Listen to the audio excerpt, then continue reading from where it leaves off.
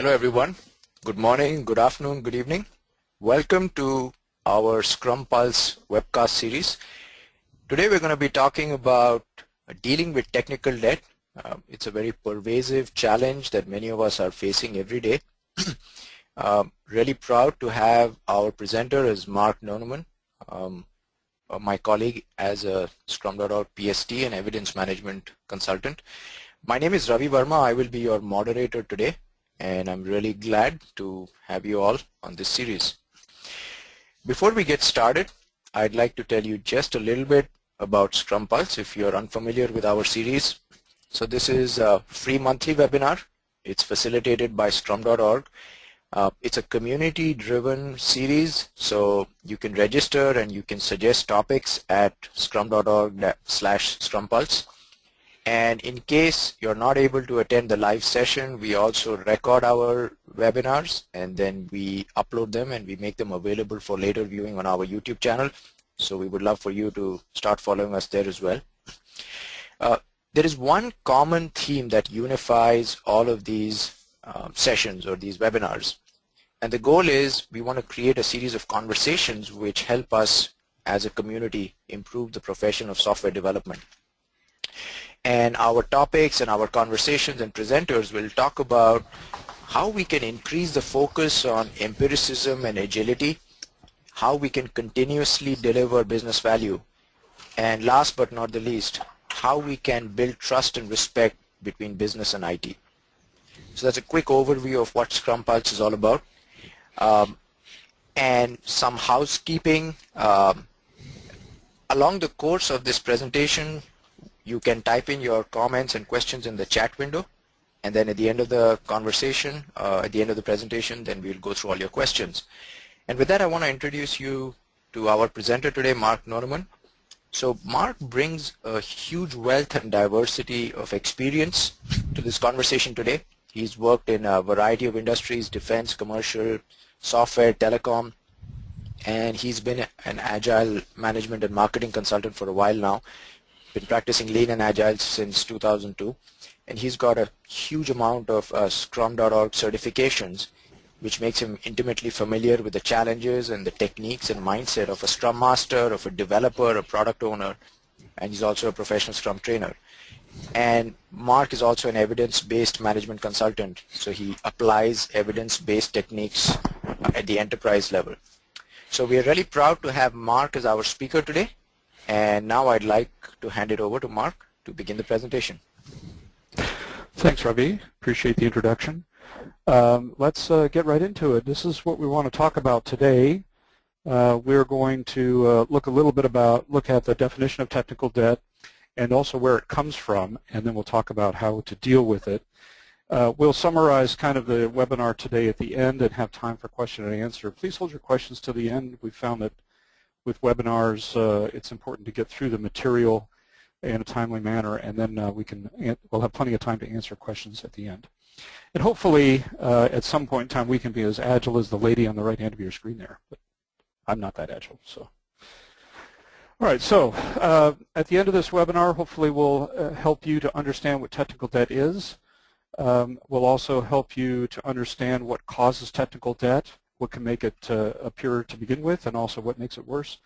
And then we'll also, you'll be able to describe some of the techniques to prevent and eliminate technical debt that might be afflicting your organization. So let's dive right into what is technical debt. Here's a quote from Cunningham. He coined the term back in the early 90s, and it's a metaphor or an analogy with financial debt. You can see here shipping first-time code is like going into debt. A little debt speeds development so long as it is paid back promptly with a rewrite, or we might say refactoring today. I won't read the rest of it to you, but of course, just like with financial debt, the challenge is that if you accumulate it, you have to not only pay back the principal of the debt, but you're going to have to pay back interest. So if you're not willing to pay it now, you're going to have to not only pay it later, but you're going to have to pay more. And in the software world, when you pay it more, we're talking about paying back multiple times. The interest rate, if you will, in the software world is extremely high. So that's the analogy that we're talking about. And the key thing about technical debt is its impact on the organization. Let's look a little bit about that.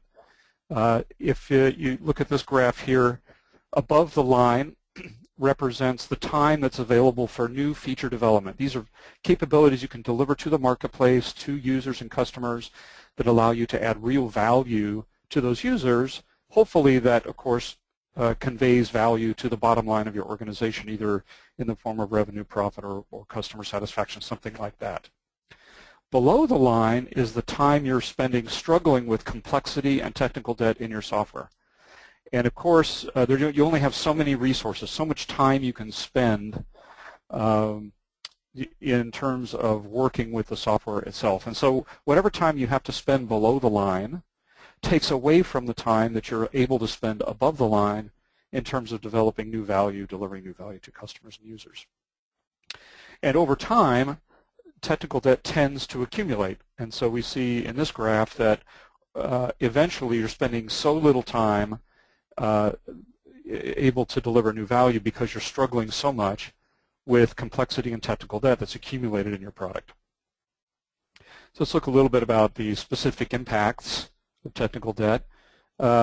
Mostly spending too much time maintaining the existing system. That can mean fixing defects found by customers, maybe defects found through after delivery regression testing by, for example, quality assurance or testers inside your organization. But in addition to that, spending much more time trying to develop a new value in terms of both time and money because of the complexity of the software. The code has become brittle. You've slapped in defect corrections. You've patched the patches in your patched code. And so the structure of the code has become very unwieldy and very difficult to understand what's in there. And of course, a lot of the original developers maybe aren't there anymore. So now you've got new people trying to understand what other developers did in code that isn't very well structured, is not separate concerns, does not perhaps has redundant code that's been copy and pasted in order to hurriedly add new functionality. But at the end of the day, of course, users become very unsatisfied. First, they're typically unsatisfied because the functionality that you're adding isn't what they're expecting. Furthermore, they tend to struggle with the product because if you have a lot of technical debt, there are probably quite a lot of defects that the users struggle with. And ultimately, you're not able to react to what's happening in the marketplace in terms of competitive products. So users start to look elsewhere. In terms of that's sort of the user impact and the technical impact, and the bumper sticker at the bottom there really tries to drive home the business impact on your organization. It's higher total cost of ownership for the software product, longer time to market to deliver new value to the market, and less ability for you to react or to even proact to changes that are happening in the marketplace, or as we say at Scrum.org, we have reduced agility. So quite a lot of impacts. The payback for these impacts is quite painful. You might be familiar with a book known as The Innovator's Dilemma. It was quite popular a decade or so ago, and talks about once you become dominant in the marketplace, many times you're unable to compete. And back to the first bullet, it talks about 3 to 10 years for an organization to back itself into a corner, the corner being technical debt, inability to compete, very hard to deliver new value, customer and user dissatisfaction.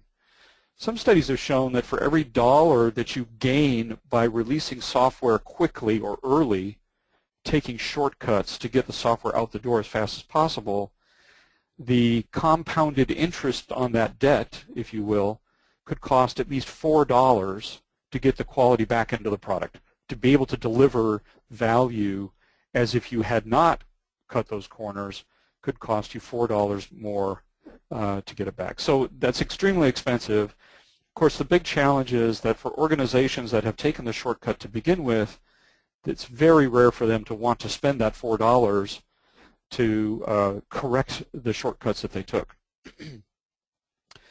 I think it's important, and we'll talk a little bit more about this later in terms of how we think about the software in our organization, but I think it's important that we think about software as the asset of the company.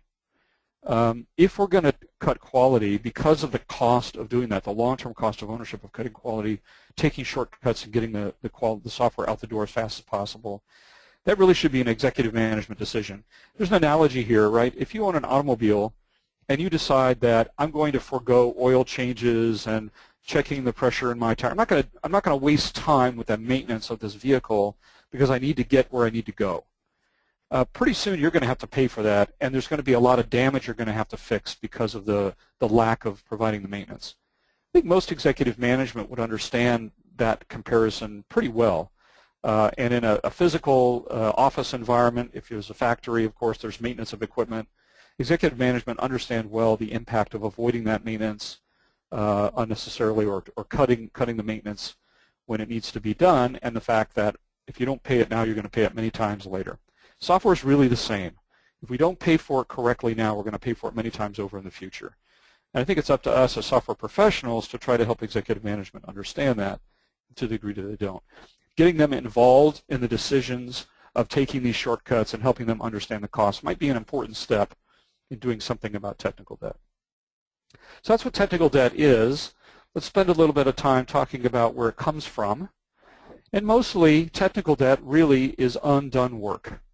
Work that's not finished, steps in the process that you skipped in order to expedite schedule.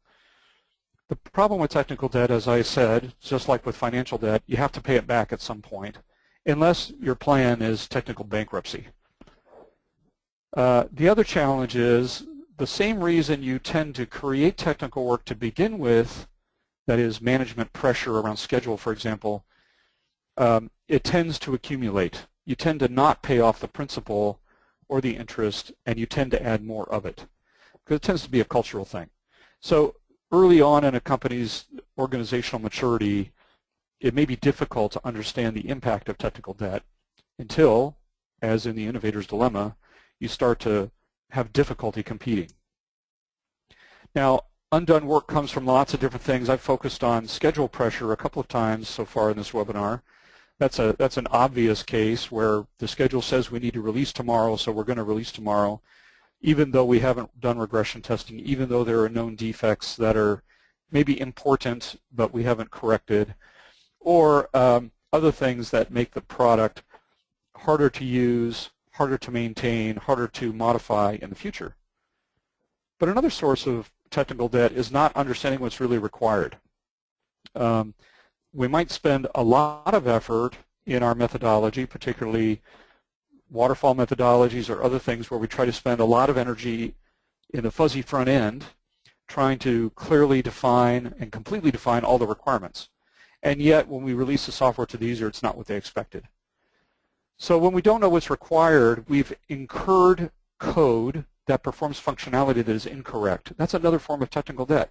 We have to work around those functions, those features that are not what customers are really wanting, either by going in and trying to tweak them to try to make them better, or perhaps by ignoring the ones that we've put in, maybe diking them out of the code and trying to put in new ones. And all of that manipulation of the code causes what some people will call code rot. The code starts to fall apart in terms of good structure and an ability to very quickly and easily add value to the software. And then there's another cultural source of technical debt, and that's this idea of throwing it over the transom, or that's not my job. And I see this in organizations where the programmers and the quality assurance people, just to pick a common case, are in different organizations. They don't work together closely together in a cross-functional team on a day-to-day basis, and so there tends to be this idea from the programmer side that they'll catch it in test, quote unquote, and on the QA side, of course, the release schedule never moves, so their pressure goes through the roof as you get closer and closer to the release date, and they're unable to complete all of the testing that everyone knows really is required. So those are just example sources. It's not an exhaustive list, but example sources of where some of the causes of technical debt. And it can look like many things. Mentioned latent defects already. Any place where you're lacking automation. It could be in the build environment. Every time we have a human being that has to perform steps in a process, we have the opportunity for error to creep in. And that's not to say we don't value people, but we want to use people in the creative pieces where computers can't do the work well. Let's let computers do the stuff that's repetitive, redundant, and where humans tend to make a lot of error. Automated building, automated testing, deployment of the software, all of those steps, to the degree they can be automated, should be. And when we don't do that, we allow human error to creep in. Having very complex code that maybe has redundancy in it, code that has many levels of logical checking, switch statements or if-then-else type statements, lots of nested loops. That complexity in the code makes it extremely difficult to understand what the code is actually doing, so that when we modify the code to add new functionality, we're very likely to create side effects that are undesired. It's also very hard to test very complex code, and so those undesired side effects may not be detected in our testing process. Perhaps you don't spend a lot of energy doing unit testing. Those are all opportunities for letting errors creep into the code and staying there. Now, unit tests are valuable pieces of software assets to the company, just like the functional software is. All tests, not just unit tests, are part of the assets of the company. So maintaining the tests, making sure they're always up to date, making sure they're always passing, and when they're not passing, that the proper corrective action is taken. Not doing those things is a sure way to incur additional technical debt. Having the architecture of our software be difficult to maintain. This is business logic in the wrong place. That's a specific example, but all of these things where it's duplicated code or a poorly structured code is a great opportunity for us, and already is, in fact, technical debt in our product. So you can see a few other things over here, even simple things like variable or method names that are not meaningful, or worse, that imply functionality that is not actually there. It might have been there at one time, but it's changed. We didn't bother to change the method names to line up with the new functionality, and so now we have a mismatch between the method or variable names and what they actually mean. That's, again, makes it very difficult to modify the product and incurs technical debt.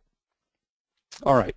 Now, a lot of this is associated with testing, as you can see in this list, and in order to get done software, it's pretty important that all the different forms of testing that we currently understand, to the greatest capability of the development team, needs to be performed.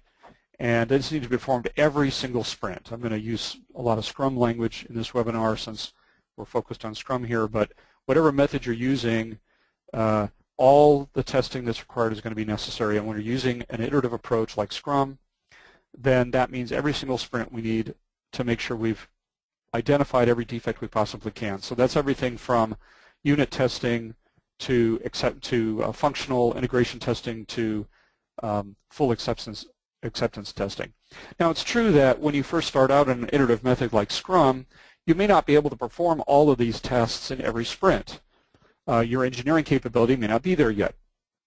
In terms of reducing your future technical debt, it's important that you take steps, that you take some of the capacity of the team every single sprint to make this situation better, to automate tests that are not automated, to bring in testing that's outside the sprint into the sprint, fixing things that are broken as soon as you find them, not waiting until later, because that just takes away future capacity at a greater degree than fixing it right now. So, of course, testing is crucial. Testing, of course, only finds the problems. It doesn't prevent them. So in addition to testing, the practices that you use to prevent technical debt is also important. And we'll talk about that here in just a few minutes. All right, so that's a lot of the forms of how technical debt comes into your product. Let's talk about how we can handle technical debt, spend a few minutes on that. First of all, the development approach you use plays a big role in how you can deal with technical debt. In fact, whether you're even able to deal with technical debt. In most traditional methods, the focus is on the schedule. We have a release date, and the tendency is to hit that release date no matter what. Of course, when we do that, that kind of builds behaviors that causes you to cut corners. And that cutting corners, as I said, is the primary source of technical debt. It tends to be that, of course, the development of the functionality takes longer than we thought it would take, but the end date of the release doesn't slip. So as a result, we cut short our testing, maybe we cut short some of the practices, or we don't develop new practices in the engineering development team, and so we're not able to prevent or take care of technical debt. Agile approaches, Scrum is a good example of one of those, of course, attempts to limit undone work in several ways. And first of all, using cross-functional teams is very important. Using architects, programmers, testers, user experience experts, people who have specialty skills that are all required at the end of the day for working software, all working side by side, day to day, in a cross-functional team. This is an important aspect of Agile techniques, and it's one of the ways that Scrum tries to deal with the phenomenon of technical debt. Another way that Scrum tries to deal with technical debt is by having an agreed-upon definition of done. The development team is responsible to define what are the practices they're going to use, whether it's design or code or test or documentation, throughout the development process. What are the practices you can use every single sprint to develop working software by the end of each sprint? Now, other people are very involved with the definition of done. The product owner needs to have buy-in to this. Other stakeholders may want to have a say in this, and the definition of done certainly needs to adapt to necessary governance in your organization, whether that's required artifacts or whatever it might be. Nevertheless, everybody having a clear, transparent, clearly understood definition of done helps everybody understand what can be expected. That also helps you understand how long it's going to take to get things done. One of the key issues of being schedule-driven is trying to cram everything into a fixed date. Look, even if you have a fixed date and you have a clear understanding of how much work is required, at least then you can have an intelligent conversation about what scope you can include and what scope may not make it into the release. Another way that Agile techniques and Scrum try to deal with technical debt or prevent technical debt is getting frequent user feedback. If one of the issues in technical debt is not understanding what's really required, the best way to do that is to get feedback from the users as to whether you're on the right track. With working software, and again, it might be through quote-unquote beta programs or some laboratory-type test environment if it can't be deployed, but nevertheless, getting real users, or as close to that as you can possibly get, giving you feedback on the usability of the software, whether the requirements are the right requirements, and that you're, again, on the right track to adding the value you expected. And then, of course, the underlying key values and principles of Agile techniques, just a couple of them listed here. First of all, the discipline to every single sprint using all the practices in the definition of done, not taking the shortcuts. Courage to speak up when there's pressure to do the wrong thing, making sure you avoid the wrong thing. That takes a lot of courage to be able to stand up maybe to management or other stakeholders. And, of course, the transparency so that everybody understands the true state of the product, the true state of the process, and where we really are. To the degree you have technical debt, you undoubtedly have some. Let's be clear about what it is, and let's also be clear about what we need to do about it. What is the capacity it's going to take to address that? And, what's the cost and benefits out of getting that too? So everybody having a clear understanding of those things can really help a lot. So the method you use is important in terms of technical debt, and obviously we feel that Agile approaches like Scrum are crucial. But given that you have some technical debt, and almost everyone does, in fact, I'm going to break my engineering background and give you an absolute that every software product has technical debt. What are you going to do about it? How are we going to pay off the technical debt? Well, just like with financial debt, there's two key things that you have to do. First, you have to stop creating new debt. You may be paying $100 on your credit card every month, but if you're charging $200 every month, you're still going to get further and further behind. It's not going to help. So just like that in the software world, if we're adding new technical debt, what are you paying off? I guess it's good to pay it off, but you're still adding new debt. So you're not going to get caught up that way. So you have to stop creating new technical debt. We'll talk about that in a minute. The second step is just start paying it off. Regular payments in every single sprint. We do a little bit of work to reduce the technical debt. It's got to be manageable. We can't stop adding value to the product, even though it might be difficult to do so right now. We have to still spend as much energy as we can delivering value, so let's spend a little bit of our capacity paying off the technical debt. Over time, that'll make a big difference. It's not going to be fixed this sprint, or even next sprint, or even many sprints from now. We're still going to be paying off the debt. But by continuously paying off this debt, eventually we'll be able to spend much more capacity on new value. Of course, step 3 is repeat step 2. All right. Well, it's easy to say stop creating new debt, but if we created it to begin with, and we're not even sure how we did it, how are we going to do that? So let's spend a few minutes talking about that. First of all, this is kind of the step-by-step here. Get a clear definition of done. What does it mean for work to be done? What are the key practices that you're going to perform? And what new practices might you need to bring on board, like automated testing, skipping down a couple of bullets, that you don't have today that will help you avoid new technical debt? That's absolutely important. The development team has to be absolutely clear about that.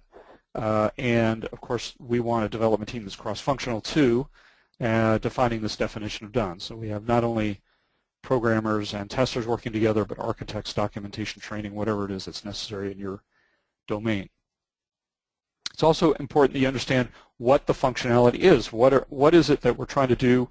Why are we trying to do it? Have clear acceptance criteria for the features that you're adding. In the product backlog usually is where this would occur using Scrum. And however you do it, this would be a discussion with users and people who understand the domain so that they can understand, okay, the development team, exactly really what are you doing? What is it going to mean for this functionality to be performing properly? So that's important. We talked a little bit about automated testing. The reason that's crucial in terms of new debt is that when you have very fast to run automated tests, you can run them every single time.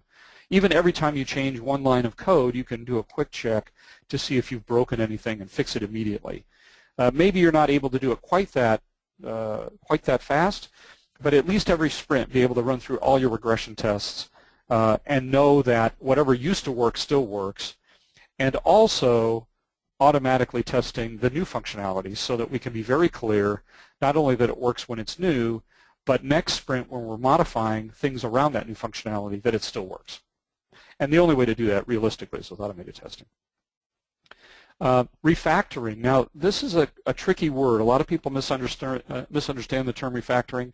It doesn't mean rewriting the product. It means to increase the maintainability of code without changing the behavior. And that might be changing the names of variables or methods or constants to match the true meaning. It might be restructuring the code, taking out redundant code and creating a method, extracting a method that's called, and overall improving the structure of the code without changing any functionality whatsoever. And that even includes fixing defects. Fixing defect is different than refactoring. It's a very good thing to do, but refactoring is best done very small steps, a little bit at a time, and it actually requires automated testing to make sure that your refactor hasn't changed the behavior. And if you want to read more about that, of course, books by Martin Fowler and others can help you understand refactoring. And then not only automated testing, but automated processes. Anywhere human error can creep in is an opportunity for technical debt. So whether it's your build process, your release process, or deployment process, or anything else where you've got a human in the loop that you could automate using computers, scripts, programs, tools, that's an opportunity for you to eliminate sources of technical debt. So there's some examples. Again, not an exhaustive list. There are many things that you might find that are specific to your area. But again, the very first step is, if you're going to get rid of technical debt, stop adding new debt. All right. Now, in parallel with this, you don't have to have perfection before you start paying off the old debt. You can certainly do them in parallel. So let's talk a little bit about paying off the existing debt. Obviously, you found defects, or your customers did. Fix them. Preferably, you'd fix them as soon as you find them. If customers have found them, they may have to go on the product backlog, or maybe because of the current state of your practices and the amount of technical debt that you're suffering with, you have to put defects on by the development team on the backlog, but get them at the top of the list. Work them off. Get them out of the code. Refactor the code. We've talked about that. This is also part of paying off debt. Improve the structure. Make the names meaningful. Reduce complexity by adding methods, for example. Removing duplicate code, because if there's a defect In duplicate code, you may only fix it in one area, and that means that defect remains to be found in the duplicated code. So get that duplicate code out of there. Improve your test coverage. Now, test coverage is a tricky subject. It doesn't just mean lines of code. It means through the different logical branches that can occur in the actual use of the code. The main thing is here, test coverage is expensive, so it's most important to test the product the way it's actually being used. And that's the kind of coverage we care about the most, because that's how users are using it. So we want to improve test coverage not just by some tool calculated method like lines of code or some other metric like that. Metrics and tools that can calculate that can be very useful, but at the end of the day what's important is that we're testing it the way the users are going to use it. So improve the test coverage the way the users are going to use it. Of course, you're going to automate those tests because you're going to want to run those tests every single sprint. In fact, ideally every single time you change a line of code to identify any errors that might creep in. You might find it necessary to do a rewrite. Maybe it's at a module level. Maybe it's at a package level where, you know, the thing is just so rotten that you have to do a rewrite. This is dangerous. It's likely to create some new technical debt. At the end of the day, however, if your new technical debt is less than your old technical debt, maybe it's a good thing to do. That's a judgment call, something you want to think a little bit about there before you jump into rewriting.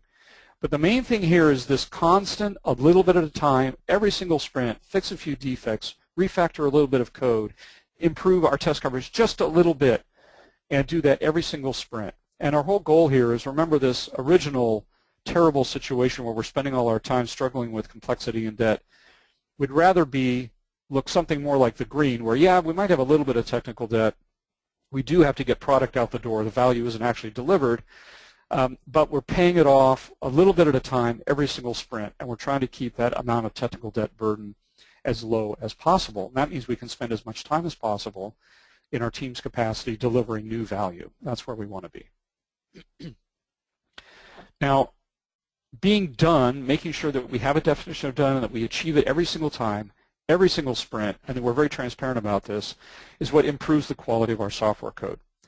We mentioned before that software should be an asset of the company, and if you're going to cut corners, that should be an executive management decision. But traditional accounting doesn't really allow us to do that. It really only looks at development as a cost of doing business. I think a more balanced method would really take into consideration the long-term costs. So if we're going to take shortcut now, that's debt. The debt will have to be paid back with interest later. How much is that? What is that going to mean to us as a corporation? Development teams probably aren't very skilled at understanding this. Maybe you need to pull in other people from the organization, maybe finance type folks or other people that can have a true long-term understanding of day-to-day decisions that are being made. This is crucial because you're impacting the potential return on investment. The impact on the return on investment could be very high. So getting an understanding and accounting of the total cost of ownership and the impact of the decisions we're making today, particularly the shortcuts we may be making so that we can make that schedule date, I think is something to think about. This is not a well-developed area.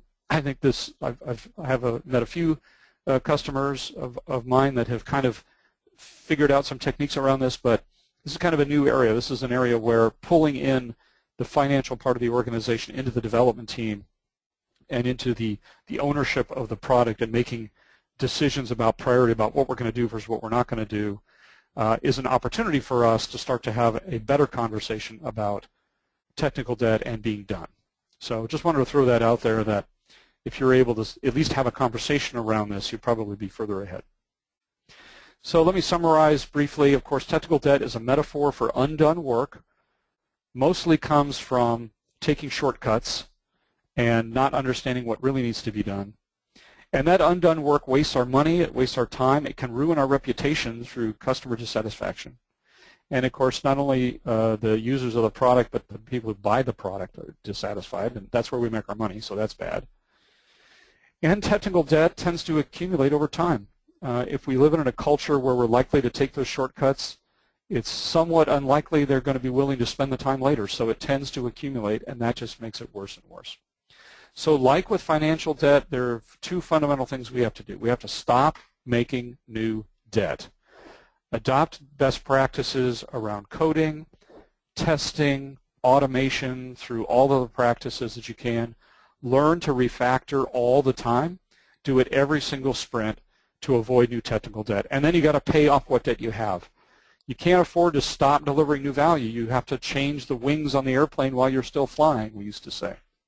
So in order to do that and still deliver value, that means we should pay off the debt a little bit at a time. Every single sprint, some of the team's capacity. Maybe it's only 10%, maybe it's 20%, but fix those defects, automate those tests, refactor that code to improve maintainability to pay off that debt, and of course we're going to avoid adding new debt as we go.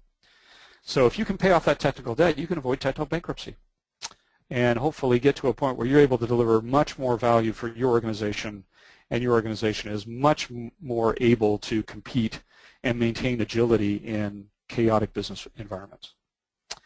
So that's it for the webinar today. I'm going to turn it back over to Ravi, and he'll talk a little bit about how you can ask questions, and maybe we can go through a few of those.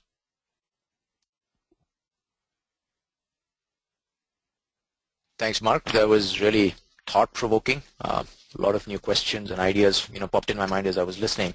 So, as we are, this is the right time for you guys to share your questions. There are a couple of ways you can do that. You can type your questions in the chat window. You can also tweet your questions. Make sure you have the handle @Scrum.org and the hashtag ScrumPulse in your tweet. We will be following them, and we'll be addressing those questions. So as the questions start coming in, Mark, one of the challenges that maybe many people face is about practicing that Scrum value of courage. So you mentioned that we should be courageous under pressure when there is pressure to take some shortcuts. Do you have any advice or maybe anecdotes about what kind of an approach someone can use to frame the proposal and the cost benefits when it comes to standing up to the buildup of technical debt? Yeah, thanks, Ravi. That's a great question. I think that the first place, if you've adopted Scrum and you're trying to do Agile approaches, the place where the impact of technical debt is likely to become visible, and of course we're going to try to be transparent here, right, will be in the velocity of the team. That is to say, how much product backlog can we get done each sprint? Either it's going to be not as much as the organization needs to be competitive, or it may be degrading over time because we're building up technical debt, and that makes it harder and harder to add new value. So that often means that the product owner is starting to ask questions about the ability of the team to deliver. Now, if the product owner is well versed in Agile practices, they'll understand the right kinds of questions to ask. And if the team, the development team, understands technical debt, they'll be able to start to position the discussion around needing to add payoff of technical debt into the product backlog, and or improving their definition of done, and or adding new automation to prevent new technical debt, all of those things.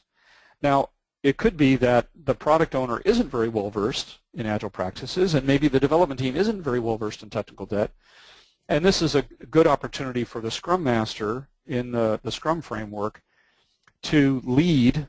And we talk about the Scrum Master being a servant leader. That doesn't mean they just do whatever the team wants or whatever the product owner wants. No, the Scrum Master's job is to guide the team and the product owner into superior practices using the Scrum framework and really optimizing their ability. So it could be that the Scrum Master needs to do some coaching with the product owner to ask good questions of the development team. And maybe the Scrum Master needs to work with the development team to help them understand how to communicate with the product owner or perhaps other stakeholders on the topic of technical debt and what it means. And using these analogies of financial debt, of maintaining equipment, particularly if your company builds widgets, your executive management is going to have a clear understanding of the cost of maintenance and that it's necessary. So the idea of having to maintain software might be a new concept. So being able to talk about that with management, I think, is crucial. And I think the Scrum Master plays a key role in helping the product owner and the development team to have a valuable, crucial conversation around technical debt. So again, that may not be everything you need, but hopefully that's a good place to start. I do see there's an Okay, online that question. helps. Thank you, Mark. Yeah, we got a series of questions coming in, so try to get through as many as we can. One question is, let's imagine I'm a product owner, and how should a product owner define a requirement for the Scrum team to do things such as refactoring the code? Should it be a user story, or is there some other technique? Well, and of course, this would be a big debate, and I'm sure there are other people online that would like to chime in about whether things like refactoring should even be on the product backlog. But look, at the end of the day, if what you have to do is pay off technical debt, and you have to spend some of the team's capacity in order to do this, maybe given your level of maturity in an organization using Scrum, the best thing for you to do is put it out as a product backlog item. If it helps you pay off technical debt, I'd say do it. Or the other way to do it, by the way, just to be clear about this, is to just reserve some capacity of the team to put it into your sprint backlog. But let's talk about the product owner, since that was the question. I would say that, look, if you're using, it's really hard to write user stories that make sense when you're talking about things like refactoring code. However, it doesn't have an impact on the user in terms of usability and ability to add new value. So you might be able to write a user story from that perspective, but I wouldn't worry about the format too much. The main thing is to talk about, with the development team, what is the right refactoring, what is the most valuable thing to do first. Again, we're going to spend a little bit of time at it. And the development team is really the one who's going to come up with, they're the ones who know the code. They're the ones who are going to define how this needs to be done. So work with the development team. As a product owner, you need to be doing that anyway. Through the refinement process of the product backlog, find out from the development team what's the right thing to do first. As a product owner, you have the authority and the responsibility to prioritize items on that backlog, to order them. So your obligation, if you will, to pay off technical debt is to put some of this work, that if it's on the product backlog, at the top of the product backlog, a little bit every sprint, and help the development team understand how important that is from your perspective and why you care about it, because your job as the product owner is to deliver return on investment. So you would like us to be able to deliver more return for the investment we're making, and that means we'd like to reduce the technical debt so they can spend more time on new value and less time dealing with that burden and that complexity. So there's this intimate conversation with the development team to understand what it is that needs to be changed, and then the obligation for the product owner really is to order it near the top of the list. Again, a little bit every sprint. And I wouldn't worry about the format. Okay. Okay, thanks, Mark. And again, there's a spirited debate, so we would love for you to continue this conversation by posting some of these questions on our Scrum.org discussion groups, because there are differences of opinion, and that's excellent, because the diversity of thought will help you find what approach is working best for your team. Another question, somewhat related, should technical debt be estimated with story points to be included in the velocity, or do you allocate some % of the capacity of the team to handle technical debt? Yeah, good follow-on question from the previous one. You know, if you've put technical debt payoff items, quote unquote, in the product backlog, and again, I could name people who would have a strong debate with me about whether you should do that or not. But anyway, if you've done that and you're measuring the velocity of the team, then you have to estimate how much work is required to do that item. Otherwise, your velocity will make no sense. I think there's a strong argument to say, look, paying off technical debt should be something you're always doing anyway. So don't put it on the product backlog. Make it part of the capacity of the team, whatever it is, 10%, 15%, 20%, whatever you can afford of the team's capacity we're going to reserve. Now, how would I do that? I might recommend one perhaps way to do this, just as a suggestion, would be in the sprint planning session. The very first thing the team would do, of course, they're going to calculate what the capacity is for this sprint, because of people who are going to be there or not be there in the next 2, 3, 4 weeks, whatever your sprint length is. The very first thing to do after they know what their capacity is take that 10 or 15 or 20% or whatever's been agreed they're going to use and plan technical debt first. So, if the team has 400 hours in the sprint of capacity and we're going to spend 10% of it, okay, there's 40 hours roughly that we want to spend paying off technical debt. What are we going to do? Who's going to do it? How are we going to go about doing it? Let's plan that first into our sprint backlog. And then, now we've taken 40 some odd hours out of our capacity, What are we going to do for the other 360 hours of our capacity? Now we're taking things off the product backlog. So my recommendation is I would rather you see it done as part of the regular work of the team every single sprint, reserve some capacity. If for whatever reason, however, you have put items on the product backlog, and of course there's no reason you can't do both of those, so that's fine. But if there are items of technical debt you specifically want to pay off on the product backlog and you're measuring velocity, sure, I think you've got really no choice but to measure the amount of effort because velocity is a measure of the amount of work that the team does in a sprint. And if we want to understand the total ability of the team to deliver work over a long period of time, that is to say multiple sprints, you need to understand how much work they've done. So I would say yes, if it's on the product backlog, you should estimate it. Okay. Thank you, Mark. One other question was, can you talk a little bit about utilizing static analysis in your tool chain to inhibit technical debt by including it as part of definition of done? So the person who posed this, he hears a lot where code reviews, mocking, JUnits, they are, integration testing is always spoken about, but with complex code bases, there's a mechanism that can be deferred to automatable, means to scrub the code smell out. So any thoughts, ideas on this question / comment? I love that phrase, scrub the smell out. That's nice. I'm going to use that. Certainly if you have tools available to you, and there are many of them out there, there's McCabe psychometric complexity analysis, there's Sonar if you're using Java code, and many different tools out there that you can use. Some of them are free, some of them you pay for.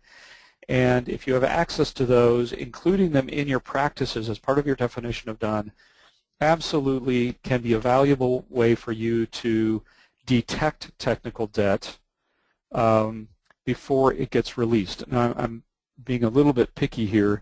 I would say that static analysis, because it works on the source code, doesn't prevent technical debt per se, but it will detect when you've created technical debt and can guide you into removing that technical debt.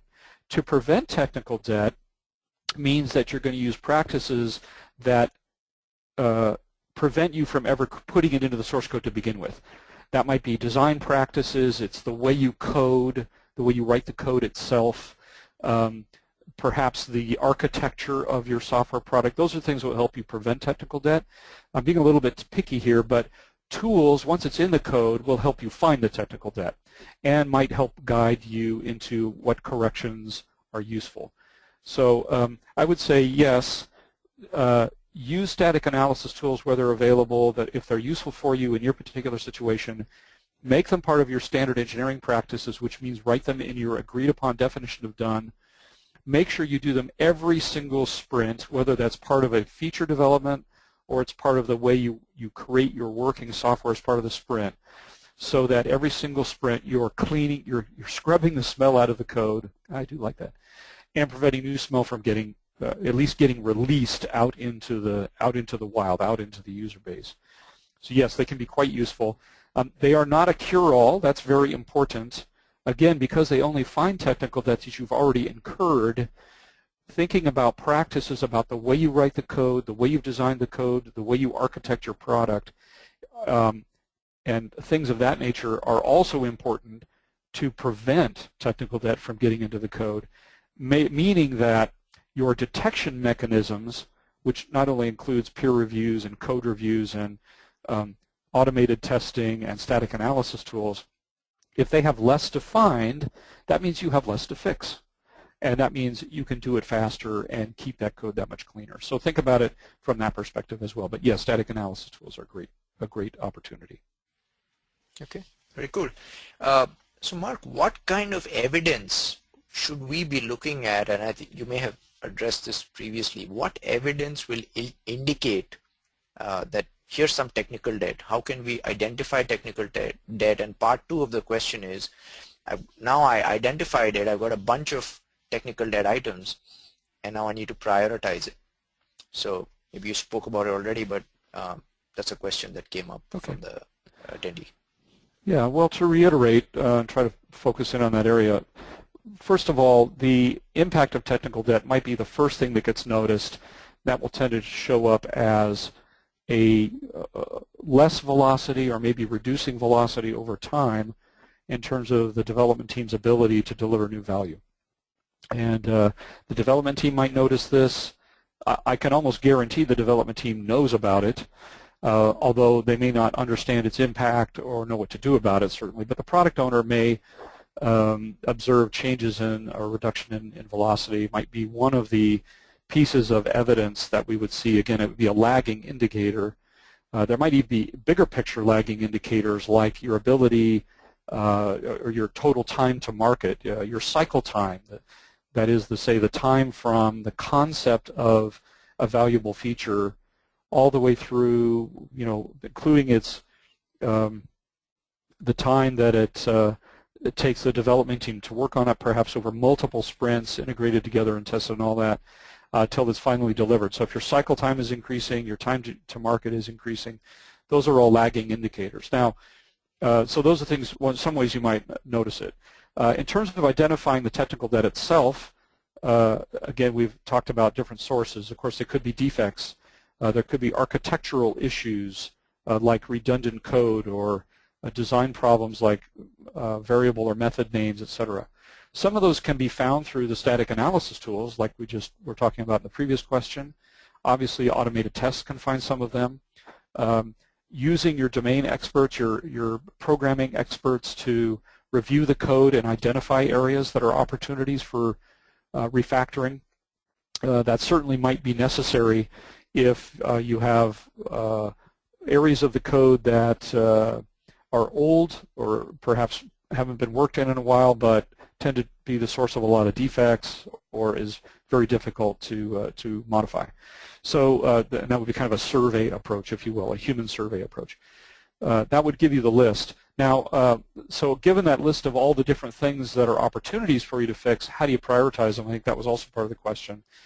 And again, the most important thing I would say is make sure you do a little bit every single sprint. So that's the number one thing I want to hammer home.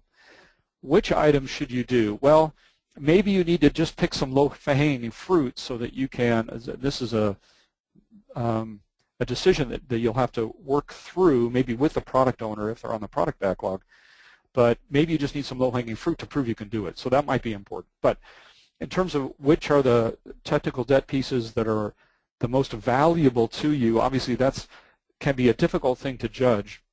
But I would say over the long term, the opportunities in improving the structure of the code will have the best long-term payoff. Fixing a defect is good, but that kind of helps the one problem. But eliminating redundant code, reducing the complexity, maybe you're measuring that with cyclometric complexity, for example, working to improve the structure of the code to make it more maintainable, easier to modify, easier to understand, has the best, highest long-term payoff in terms of investment.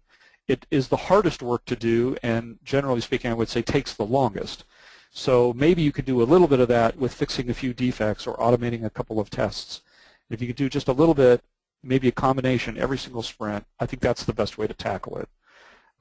So you may struggle with a prioritization. The main thing is to do something. Do a little bit every sprint, and you'll eventually get there.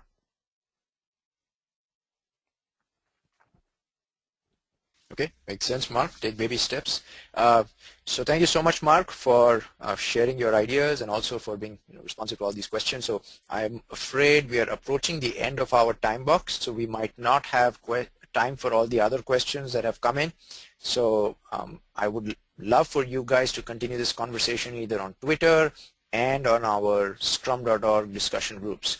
So with that, let's start wrapping up, and I'd like to tell you a little bit about Scrum.org, who we are, what we stand for, why we exist, and how we accomplish our mission. So we are a mission-driven company. We exist to improve the profession of software development. It is a mission that is very simple to communicate, but it is challenging to accomplish. We have a community of 120 experts across the world. And the way we accomplish our mission or try to accomplish our mission every day is through our thought leadership, through our professional Scrum courses, our assessments, and coaching and consulting. And like I mentioned, our mission is simple, but it's challenging. It's a big mountain to climb, and we need all the help that we can get. So we would love for like-minded people to join our community, whether you join us as a practitioner, you attend our courses, or you just practice like-minded these techniques to accomplish our vision. We would love to have you be part of our community. So learn more at Scrum.org. Join the conversation, and let's talk about how we can improve the profession of software development. And with that, we've reached the end of our Scrum Pulse session. I hope it was useful and that you took away at least one actionable insight that can help you prevent the accumulation and the buildup of technical debt in your organization. So I want to thank Mark, and I want to thank all of you for participating. And the recording should be available on YouTube pretty soon. So I would encourage you to share this information with your friends and colleagues, and I look forward to seeing you on one of our upcoming sessions. So with that, we will wrap up this session. Thank you, and have a wonderful day or evening.